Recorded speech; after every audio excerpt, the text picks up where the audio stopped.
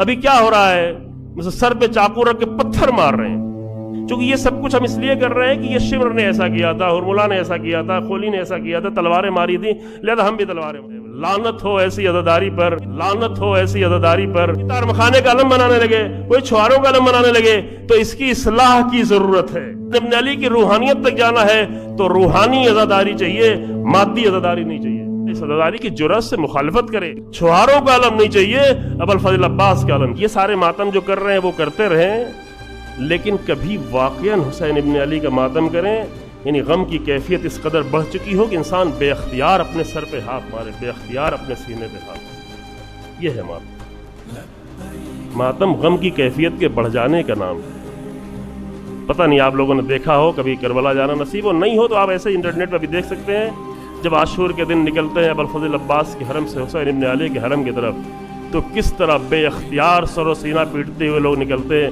وہاں کوئی یہ نہیں دیکھتا کہ کس کا ہاتھ کس کے ہاتھ سے مل رہا ہے، لے پہ ہے یا نہیں ہے، بہر پہ ہے یا نہیں ہے. وہ فقط سر و سینہ پیٹتے ہیں. وہ یہ نہیں دیکھتے کہ ہاتھ ملتا ہوا چل رہا ہے یا نہیں. یہ منظر ہم نے قم میں بھی بہت دیکھا ہے. عاشور کے دن جب لوگ نکلتے ہیں تو یہ نہیں دیکھ رہے ہوتے کہ کس کا ہاتھ کہاں پڑ رہا ہے، کتنا مل کے پڑ رہا ہے. فقط سر و سینہ پیٹتے ہوئے حسین ابن علی پہ گریہ کرتے ہیں. یہ گریے کی شدید کیفیت کا نتیجہ ہوتا ہے. باقی تو ابھی جیسے ماتم کر رہے ہیں لوگ، اس میں ابھی جو نوحہ خان لوگ آتے ہیں، اس میں طرح طرح کے میوزک ڈالے جاتے ہیں، اس میں سب کچھ ہوتا ہے، لیکن ماتم ہی نہیں ہوتا ہے نا. ماتم نہیں ہوتا. اب یہ سب کچھ دیکھیں اور پھر کہے کہ نہیں کچھ کہنا نہیں چاہیے، جو کچھ کریں کرنے دو. عزاداری میں کوئی اصلاح کرنے کی ضرورت نہیں ہے. اللہ اکبر. دیکھیں ایک نقطہ بنیادی سمجھ لیں ہر مسئلے میں، جس چیز میں خرابی پیدا نہ کی جائے اس میں اصلاح کی ضرورت نہیں، لیکن جہاں جہاں بھی خرابی ہو وہاں اصلاح کرنے کی ضرورت ہے. یہ قانون ہے. اگر آپ کی بلڈنگ خراب ہو گئی ہے تو اس کو اصلاح کرنے کی ضرورت ہے. اگر آپ کی داڑھی ٹیڑھی میڑھی ہو گئی ہے تو اس کو کہتے ہیں اصلاح کر لو، داڑھی کی اصلاح کر لو، کیونکہ خراب ہو جاتی ہے. اگر آپ کی گاڑی خراب ہو گئی ہے تو گاڑی کو اصلاح کرنے کی ضرورت ہے. اگر آپ یہ کہیں کہ عزاداری میں کوئی کچھ خرابی ہی نہیں پیدا کرتا تو پھر اصلاح کی ضرورت نہیں ہے. اگر آپ مطمئن ہیں کہ کوئی خرابی پیدا نہیں کرتا تو پھر اصلاح کی ضرورت نہیں ہے.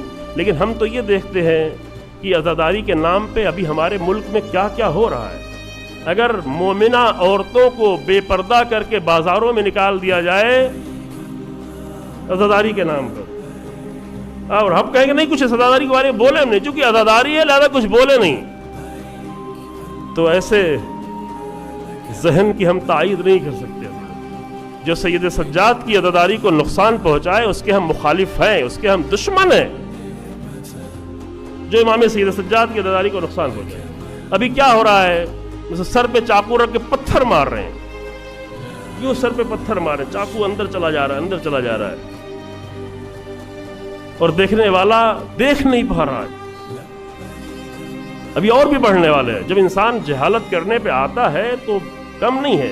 چونکہ یہ سب کچھ ہم اس لیے کر رہے ہیں کہ یہ شمر نے ایسا کیا تھا، ہرملا نے ایسا کیا تھا، کھولی نے ایسا کیا تھا، تلواریں ماری تھی، لہذا ہم بھی تلواریں مار رہے ہیں. تو اگر زیادہ بڑھ جائے گی یہی چیز تو بڑھتے بڑھتے ایسا بھی کریں گے. شاید دیکھیں خدا نہ کرے، لیکن یہ ہو سکتا ہے کہ کچھ نادان انسانوں کو یہ بھی تیار کیا جائے کہ تو اپنے گلے پہ چھری چلا لو، کیونکہ امام حسین کے گلے پہ چھری چلی ہوا ابھی 2 سال پہلے. اپنے اب سینے پہ تو نہیں مار پایا لیکن اپنے پیٹ پہ گولی ماری امام حسین کا نام لے کے.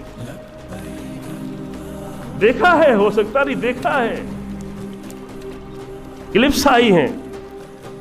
ابھی اسی سال پاکستان میں ایک دلہن کو بنا کے لا کے بٹھا دیا گیا، عورت کو، ایک خاتون کو لا کے پورے مجمع میں دلہن بنا کے 7 محرم کو بٹھا دیا گیا، اور لوگ اس پہ چادریں چڑھا رہے ہیں. کیوں؟ تاکہ ان کی بیٹیوں کی شادی ہو جائے. لعنت ہو ایسی عزاداری پر کہ جس کے ذریعے سے تم حسین پہ گریہ نہ کرو، اپنی بیٹیوں کی شادی کی فکر میں لگے ہو 7 محرم کو. شرم نہیں آتی؟ اس کو عزاداری کہتے ہیں. اگر یہ عزاداری ہے تو ہاں اس عزاداری کی جرأت سے مخالفت کرے تاکہ حقیقی عزاداری کو بچائیں، تاکہ اس عزاداری کو بچائیں جس کے لیے جناب زینب و سید سجاد نے قربانیاں دی ہیں، ہے نا. اور بہت کچھ ہو رہا ہے. میں ابھی اب نمونے پیش کرنے میں بہت ساری چیزیں آپ کی نظروں سے گزرتی رہتی ہوں. تو جس چیز میں خرابی پیدا نہ ہو اس کی اصلاح کی ضرورت نہیں ہے. روڈ خراب ہوگی، روڈ بنائی جائے گی. گھر خراب ہوگا، گھر بنایا جائے گا. اسکول خراب ہوگا، اسکول بنایا جائے گا. کپڑا خراب ہوگا کپڑا اصلاح کیا جائے گا، داڑھی خراب ہوگی داڑھی بنائی جائے گی، لیکن سورج کی اصلاح کی جائے گی؟ سورج کی اصلاح نہیں ہوگی، کیونکہ سورج خراب ہی نہیں ہوتا، سورج خراب نہیں ہوگا، اس کے سامنے بادل آ سکتے ہیں لیکن سورج میں خرابی نہیں ہے، لہذا ہم سورج کی اصلاح کرنے نہیں جائیں گے۔ تو عزاداری میں وہ ایک عزاداری وہ ہے جو خراب ہونے والی نہیں ہے، ایک عزاداری وہ ہے جس کو لوگ خراب کر رہے ہیں۔ تو وہ عزاداری جو سورج کی طریقے سے جو کبھی خراب نہیں ہوگی اس کی اصلاح نہیں ہو سکتی، وہ عزاداری کس کی ہے؟